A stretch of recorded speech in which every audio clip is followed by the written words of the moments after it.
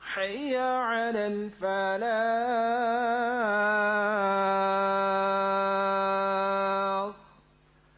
الله